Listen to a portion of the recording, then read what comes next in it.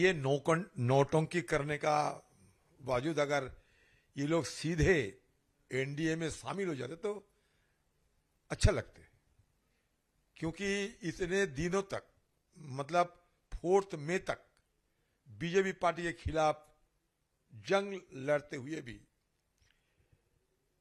जब हारी इन लोगों ने, तब इन लोगों को एहसास हुई कि अभी बीजेपी के पाले में हमें जाना चाहिए।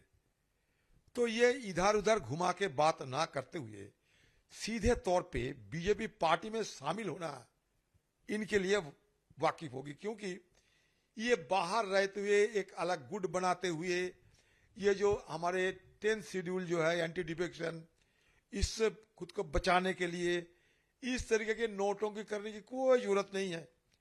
और उसके साथ साथ फिर देश की तरक्की की बात कर रहे हैं, तो इससे अच्छा होते अगर सीधे तौर पे बीजेपी पार्टी में शामिल हो जाते। मतलब मैं कहना चाहता हूं अलग नहीं बल्कि मर्जर होना इनके लिए अच्छा लगते। ऐसा क्यों लगता है सर आपको? क्योंकि ये तो खुद ही कह रहे हैं ना कि हम बीजेपी की सरकार को मदद करने के लिए, सरकार की तरक्की के लिए, देश की तरक्की के लिए बीजेपी को मदद करना चाहते हैं। अरे तुम तो दूसरे पार्टी के नुमाइंदे थे, अगर मदद करना ही चाहिए थे तो सीधे क्यों ना बीजेपी पार्टी में शामिल हो जाते हैं। ये तो लाजमी है कि उनकी पार्टी में शामिल हो जाना चाहिए। अलग अपना पहचान रखने की क्या जरूरत है। अलग रहते हुए बीजेपी पार्टी को समर्थन करने के बावजूद सीधे क्यों ना बीजेपी पार्टी में शामिल हो जाते हैं। धर्म तो बचाओ कम से कम। ईमान मतलब खुद को ईमान बचाने की कोशिश करो, सीधे मार्जर हो जाओ बीजेपी पार्टी में। मैं ये सलाह देना चाहते हैं। लेकिन आपको कैसा लगता है सर कि एक बड़ी पार्टी जिसके अभी मौजूदा सांसद है, क्योंकि कई सांसद कह रहे हैं, मोहम्मद मोइत्रा ने ट्वीट किया यूसुफ पठान को टैग करते हुए कि आपको जो मैंडेट मिला था वो बीजेपी के अगेंस्ट मिला। अरे कुछ नहीं, मैंडेट वो मुझे हराने के लिए वहां तैनात किया गए थे। करोड़ों रुपया खर्चा करते हुए उनको तैनात किए गए थे मुझे हराने के लिए और ध्रुवीकरण की राजनीति करने के लिए। ये ममता बनर्जी खुद हमारे वहां जाके इस शख्स को अपना उम्मीदवार बनाते हुए ये प्रचार में ये कहने लगे कि इस बार मुसलमान को वोट दो, इस बार भाई को वोट दो, भाईजान को वोट दो। इतने सालों से तुम दादा को वोट दे रहे हैं, दादा मतलब मैं हूं, दादा मतलब हिंदू है, इतने सालों से तुम हिंदू को वोट देते आ रहे हो, इस बार भाईजान को दिया करो, मतलब उनके उम्मीदवारों को दिया करो। तो किसका मैंडेट था ये? वो तो ये भेजा गए थे मुझे हराने के लिए। मैं जिस दिन से हार गई मकसद खत्म ममता बनर्जी की। तो जिस लोगों को, जिस व्यक्ति को, जिस शख्स को उन्होंने सिर्फ एक हराने के लिए वहां तैनात किए थे, वो अपने मर्जी पे चले। आपके बात क्यों सुनेंगे?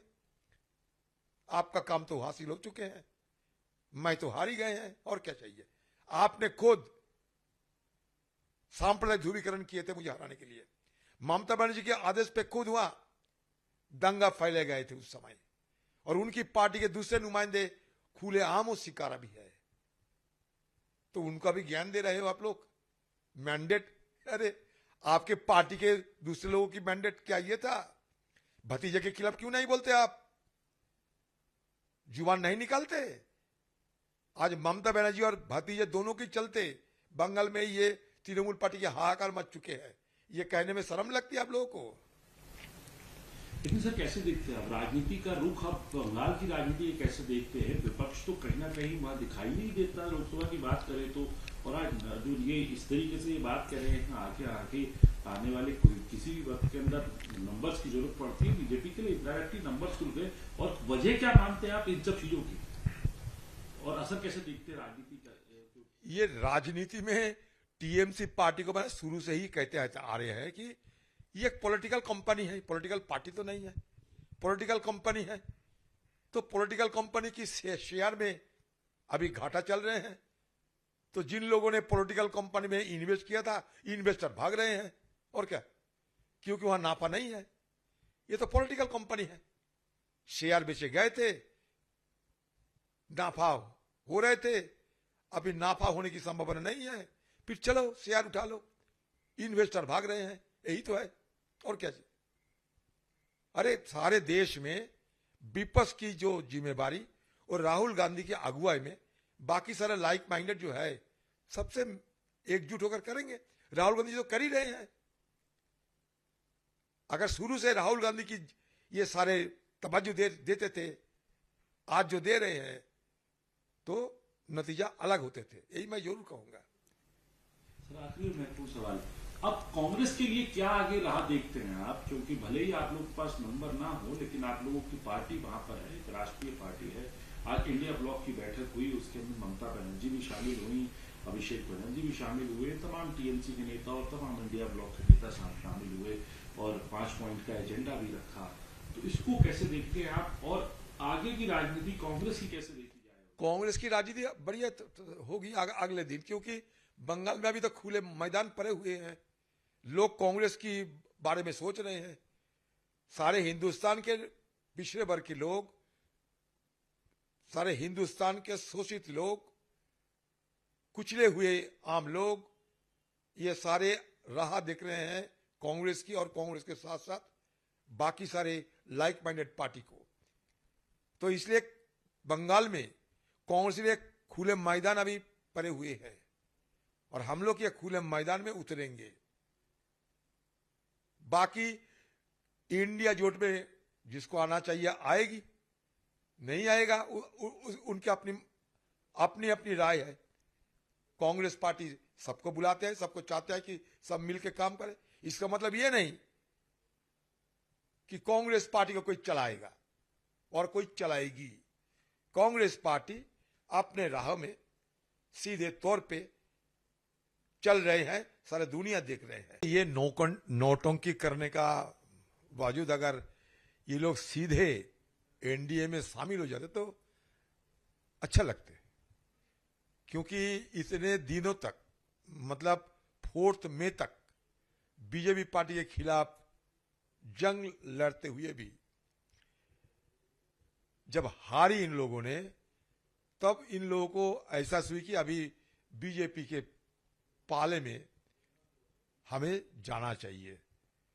तो ये इधर उधर घुमा के बात ना करते हुए सीधे तौर पे बीजेपी पार्टी में शामिल होना इनके लिए वाकिफ होगी, क्योंकि ये बाहर रहते हुए एक अलग गुट बनाते हुए ये जो हमारे 10th शेड्यूल जो है एंटी डिफेक्शन, इससे खुद को बचाने के लिए इस तरीके के नोटों की करने की कोई जरूरत नहीं है।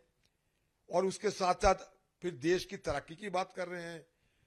तो इससे अच्छा होते अगर सीधे तौर पे बीजेपी पार्टी में शामिल हो जाते। मतलब मैं कहना चाहता हूं अलग नहीं बल्कि मर्जर होना इनके लिए अच्छा लगते। ऐसा क्यों लगता है सर आपको? क्योंकि ये तो खुद ही कह रहे हैं ना कि हम बीजेपी की सरकार को मदद करने के लिए, सरकार की तरक्की के लिए, देश की तरक्की के लिए बीजेपी को मदद करना चाहते हैं। अरे तुम तो दूसरे पार्टी के नुमाइंदे थे, अगर मदद करना ही चाहिए थे तो सीधे क्यों ना बीजेपी पार्टी में शामिल हो जाते हैं। ये तो लाजिमी है कि उनकी पार्टी में शामिल हो जाना चाहिए। अलग अपना पहचान रखने की क्या जरूरत है। अलग रहती है बीजेपी पार्टी को समर्थन करने के बावजूद सीधे क्यों ना बीजेपी पार्टी में शामिल हो जाते हैं। धर्म तो बचाओ कम से कम। ईमान मतलब खुद को ईमान बचाने की कोशिश करो, सीधे मार्जर हो जाओ बीजेपी पार्टी में। मैं ये सलाह देना चाहते हैं।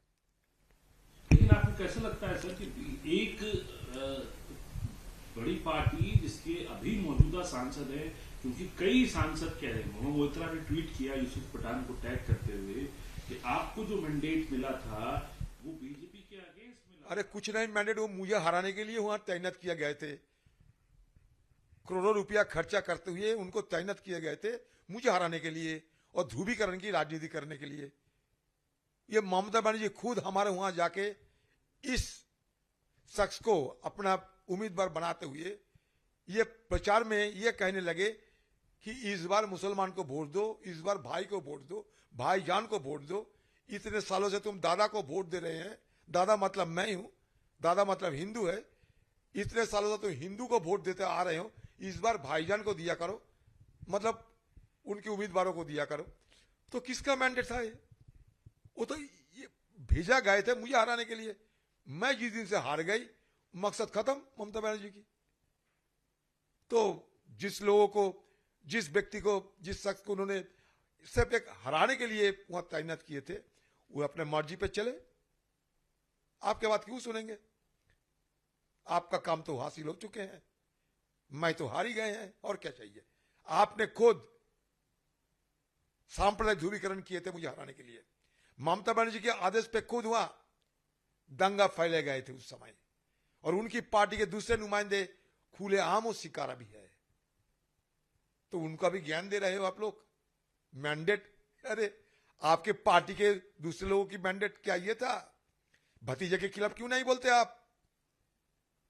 जुबान नहीं निकालते? आज ममता बनर्जी और भतीजे दोनों के चलते बंगाल में ये तृणमूल पार्टी के हाहाकार मच चुके हैं। ये कहने में शर्म लगती है आप लोगों को।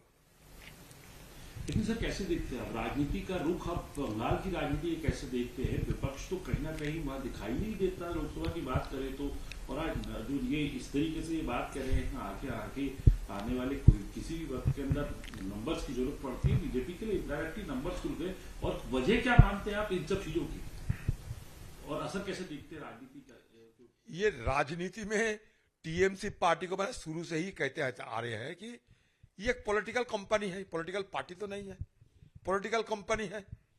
तो पॉलिटिकल कंपनी की शेयर में अभी घाटा चल रहे हैं। तो जिन लोगों ने पॉलिटिकल कंपनी में इन्वेस्ट किया था, इन्वेस्टर भाग रहे हैं, और क्या? क्योंकि वहां नाफा नहीं है। ये तो पॉलिटिकल कंपनी है, शेयर बेचे गए थे, नाफा हो रहे थे, अभी नाफा होने की संभावना नहीं है, फिर चलो शेयर उठा लो, इन्वेस्टर भाग रहे हैं, यही तो है, और क्या जी? अरे सारे देश में विपक्ष की जो जिम्मेवारी और राहुल गांधी की अगुवाई में बाकी सारे लाइक माइंडेड जो है सबसे एकजुट होकर करेंगे। राहुल गांधी तो कर ही रहे हैं। अगर शुरू से राहुल गांधी की ये सारे तवज्जो देते थे, आज जो दे रहे हैं, तो नतीजा अलग होते थे, यही मैं जरूर कहूंगा। सर आखिरी महत्वपूर्ण सवाल, अब कांग्रेस के लिए क्या आगे राह देखते हैं आप? क्योंकि भले ही आप लोगों के पास नंबर ना हो, लेकिन आप लोगों की पार्टी वहां पर है, एक राष्ट्रीय पार्टी है। आज इंडिया ब्लॉक की बैठक हुई, उसके अंदर ममता बनर्जी भी शामिल हुई, अभिषेक बनर्जी भी शामिल हुए, तमाम टीएमसी के नेता और तमाम इंडिया ब्लॉक के नेता शामिल हुए, और 5 पॉइंट का एजेंडा भी रखा। तो इसको कैसे देखते हैं आप, और आगे की राजनीति कांग्रेस की कैसे देखी जाए? कांग्रेस की राजनीति बढ़िया होगी अगले दिन, क्योंकि बंगाल में अभी तो खुले मैदान पड़े हुए हैं। लोग कांग्रेस की बारे में सोच रहे हैं। सारे हिंदुस्तान के पिछड़े वर्ग के लोग, सारे हिंदुस्तान के शोषित लोग, कुचले हुए आम लोग, ये सारे राह देख रहे हैं कांग्रेस की, और कांग्रेस के साथ साथ बाकी सारे लाइक माइंडेड पार्टी को।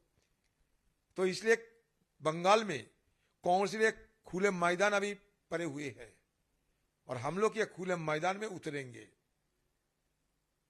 बाकी इंडिया जोट में जिसको आना चाहिए आएगी, नहीं आएगा उनकी अपनी अपनी राय है। कांग्रेस पार्टी सबको बुलाते हैं, सबको चाहते हैं कि सब मिलकर काम करें। इसका मतलब ये नहीं कि कांग्रेस पार्टी को कोई चलाएगा और कोई चलाएगी।